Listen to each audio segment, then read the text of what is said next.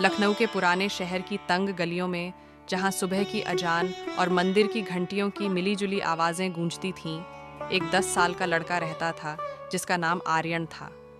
दूसरों के लिए जहां पुरानी दीवारें और संकरी गलियां थीं, आर्यन के लिए वह रहस्य और संभावनाओं से भरी एक विशाल प्रयोगशाला थी। आर्यन का विज्ञान के प्रति आकर्षण तब शुरू हुआ जब उसने अपने दादाजी की पुरानी दूरबीन से रात के आकाश को देखा। तारों और ग्रहों की टिमटिमाती रोशनी ने उसके युवा मन में जिज्ञासा की एक ऐसी लौ जलाई जो कभी बुझ नहीं पाई। उसके स्कूल के बैग में हमेशा पाठ्य पुस्तकों के साथ कुछ न कुछ अजीब जरूर होता था। एक टूटा हुआ रेडियो, एक पुरानी घड़ी, या पड़ोस के कबाड़ी वाले से मिली कोई रहस्यमय मशीन का पुर्जा।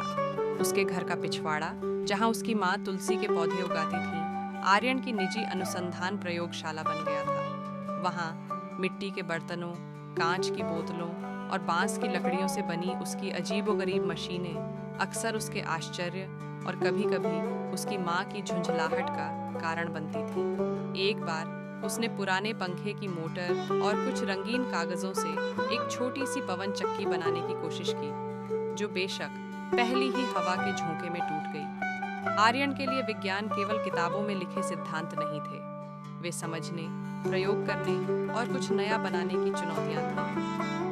वह घंटों पुस्तकालय में बिताता, खगोल विज्ञान, भौतिकी और जीव विज्ञान की किताबें पढ़ता। चार्ल्स डार्विन के विकास के सिद्धांत और मैरी क्यूरी के रेडियोधर्मिता पर किए गए काम ने उसे विशेष रूप से मोहित किया। उसके स्कूल के विज्ञान शिक्षक श्री वर्मा ने आर्यन के भीतर की इस प्यास को पहचाना। उन्होंने उसे साधारण प्रयोग करने के लिए प्रोत्साहित किया और उसे विज्ञान क्लब में शामिल होने के लिए प्रेरित किया। क्लब में आर्यन को समान विचारधारा वाले दोस्त मिले, जिनके साथ वह अपने विचारों और खोजों को साझा कर सकता था।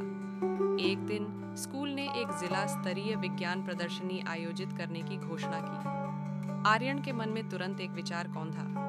वह एक ऐसा मॉडल बनाना चाहता था जो सौर ऊर्जा की शक्ति का प्रदर्शन करे। उसने महीनों तक कड़ी मेहनत की, पुराने सीढ़ी, एल्यूमीनियम के टुकड़े और एक छोटी सी इलेक्ट्रिक मोटर इकट्ठा की। उसने एक छोटा सा सौर पैनल भी प्राप्त किया, जो उसके पिता ने उसके लिए शहर से मंगवाया था।